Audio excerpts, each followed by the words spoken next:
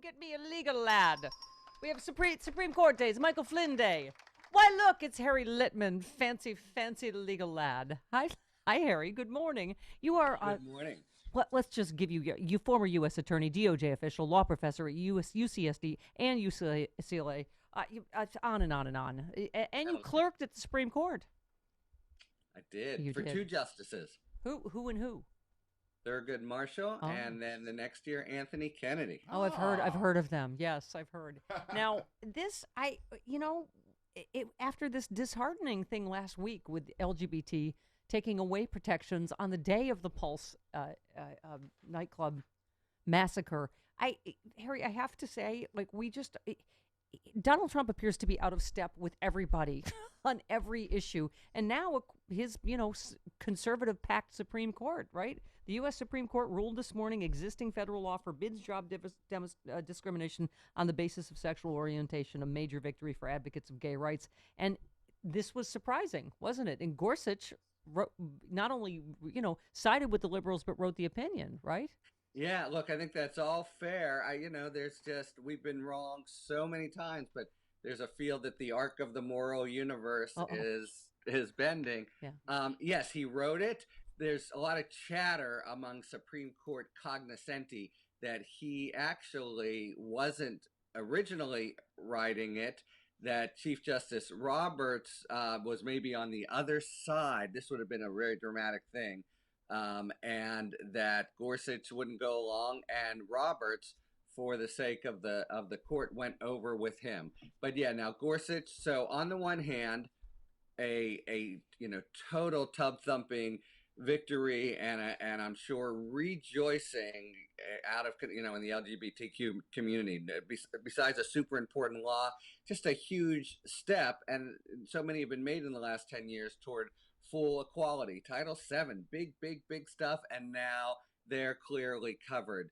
But then the actual opinion by Gorsuch, you could call conservative in methodology. I mean, it goes back to 1964 and goes through the dictionary the same way constitutional opinions might try to go back through 1792, but had a very sort of methodical one foot in front of the other. And it is a statutory case, so that means Congress could change things and correct it either way. Huge victory, and it's hard to see Congress reversing it. But the very big opinions have to do with the Constitution. They're still coming, and they wouldn't be reversed. So we'll see where things look in about 2-3 weeks. Well, Harry, I have to say, we're obviously looking for hope wherever we can get it in this current hellscape. But, as a gay woman, I have to say, I never thought gay marriage would be possible in my lifetime. And, we saw how quickly public sentiment changed on that and how quickly the polling changed. Look what's happening. 80% of Americans are behind these protests, are in support of Black Lives Matter, are in support of kneeling at the football, are in support of these getting rid of these Confederate flags and monuments and he is going against what his own military thinks on the Confederate. I mean, he is really on the wrong side of every social issue right now, isn't he?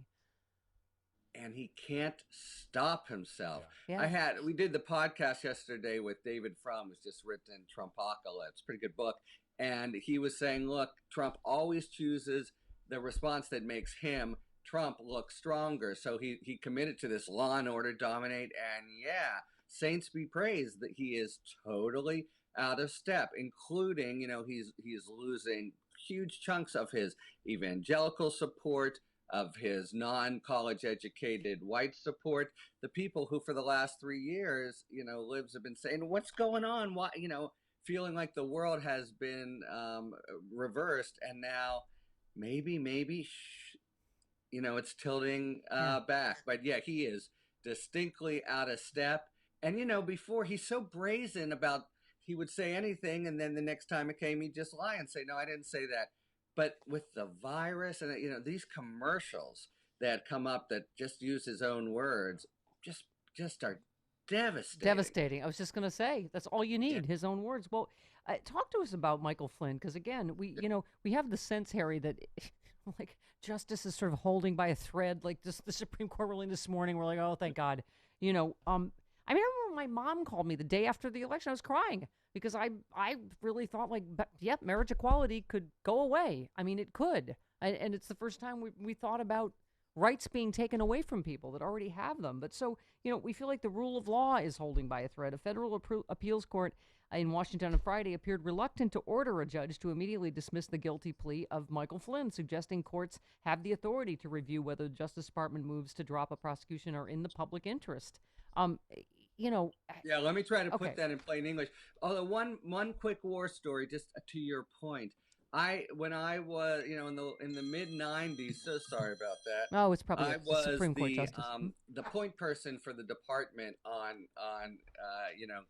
then it was on gay lesbian issues, and the people who we were working with were very well. I mean, it would have been their dream to have gay marriage equality, and the department decided not to go for it, not out of sentiment, but because they thought, the court's gonna just strike it down, and you'll be 20 years more in the hole, and it just happened overnight. And it's now, I mean, this decision is sort of part of it.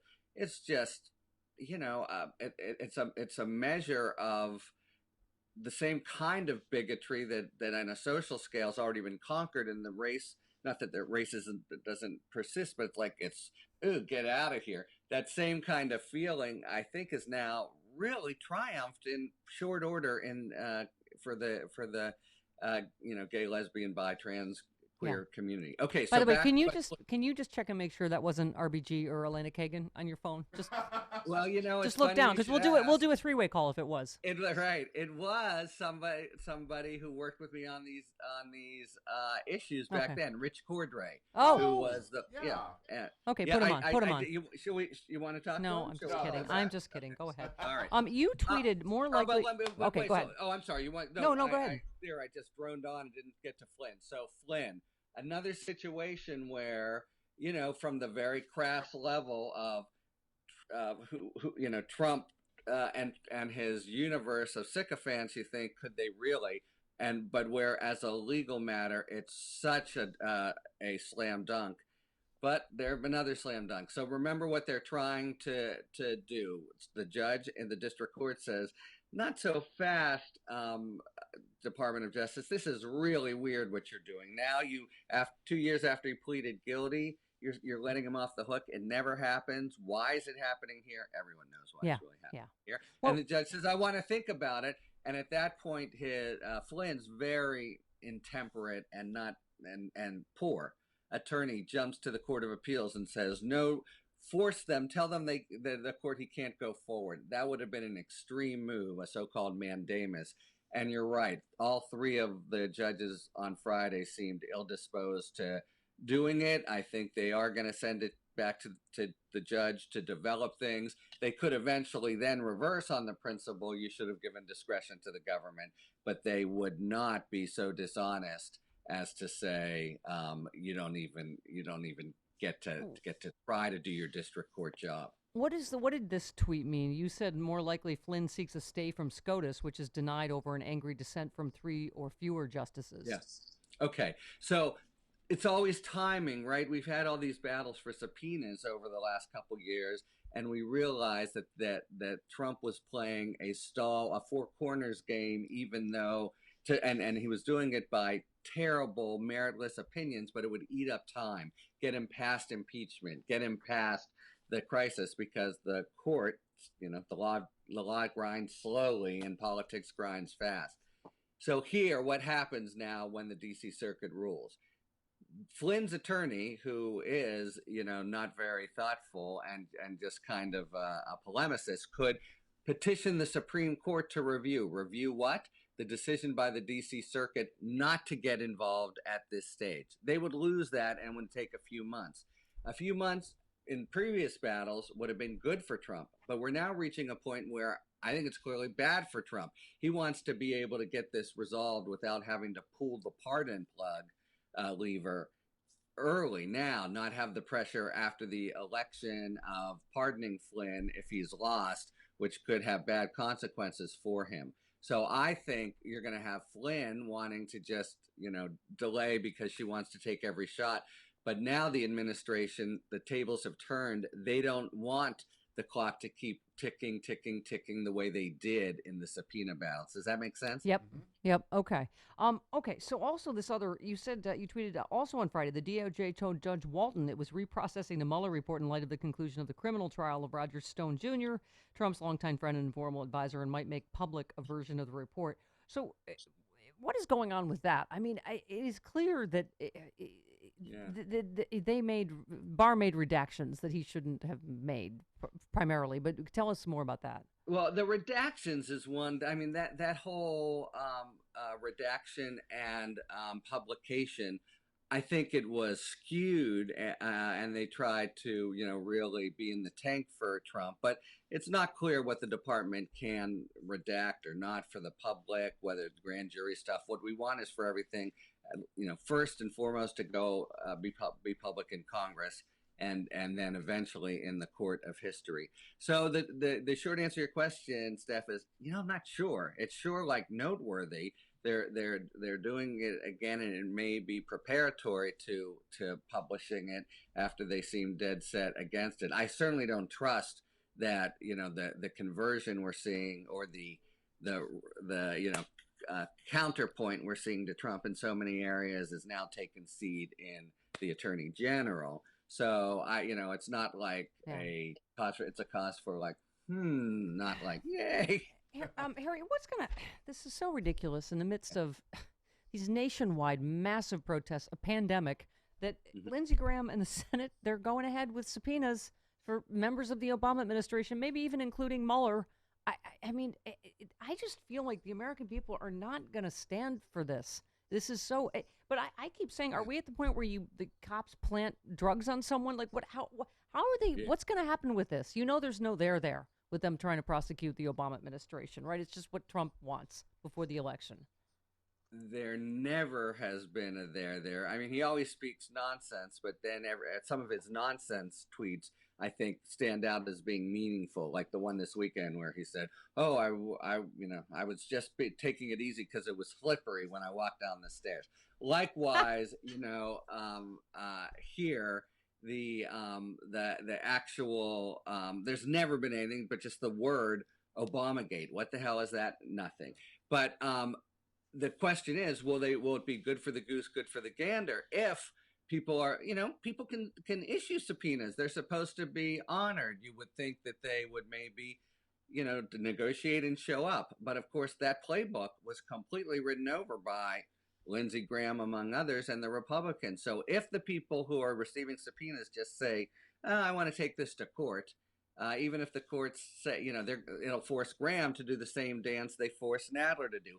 Hold people in contempt, go through the whole thing, and then it will all go away. Yeah. I tend to agree that even if it doesn't, there's nothing there, and B, nobody cares. Yeah. And it's I wouldn't call it an empty political gesture. I think Graham, as now number one sycophant for Trump, is making his enemies like personally miserable, and that's being in there with the boss. But right. I don't think there's going to be any kind of big political upshot here. And finally, Harry, thank you for your tweet, this latest tragedy in Atlanta. You said check out the video. It shows completely unnecessary escalation of a DUI into a deadly situation by a very poorly trained officer. Makes the chief's resignation more understandable. It is just feels like every day there is new video that's more gasoline on this fire that is proving the point about isn't it true? Reforming and police. Think about this in a video-free world. You could tell a truthful narrative. Often what happens is it's just a lie. But here's a narrative where a guy's tested drunk. He wrests a taser away. He has the taser. He's running. Even then, they shouldn't shoot him because they should let him run before using deadly force. But that's at least the kind of encounter where you can see what was happening with the cops until you see the tape. Because the tape is 6 minutes of total calm conversation the victim, the eventual victim, is absolutely no risk. But the cop plays aha with him, gets him to take the sobriety test, and then in this very ham-handed way, never saying I'm putting you under arrest, never reading rights, just like lurches behind him and tries to, freaks the guy out. Yeah, Harry, and this is why we're in the streets all over the world. I just was listening to this one cop resonated with me. They just said, we want human beings to be human beings to each other again. I think that's what all of this is about. It's like he said, what if you didn't have a badge and a gun? How would you deal with something? When you go, hey, buddy, can I give you a ride home? Can I call an Uber for you? How about a little kindness and compassion? We don't need cops with guns to respond to everything. Just good training. I mean, cops are so much better than they used to be in both attitude and training. But still, this was a complete. Yeah. I mean, I understand now that the chief had to step down. I mean, it's very volatile in Atlanta right now, anyway, between the mayor and her. But that's a total black eye understates it for the department. Yep. Harry, thanks for your time as always, legal lad. Always cool. My legal lad. Yeah, love your podcast, Talking Feds. Thanks so much. Yeah. Oh, it's a really good one this week. We just dropped Al Franken, Norm, the least diverse ever, but two sons of Minnesota, Al Franken and Norm Ornstein, and then David Frum. Wow. Man, those are smart guys. Wow. It's a really, really a good one. Yeah. And with an interesting title. I'll just put it that way. Well, listen, you have fun enduring your white privilege in La Jolla and exactly. braving that horrible weather down there. We're all praying for you. All right. See you later. Thanks, Harry.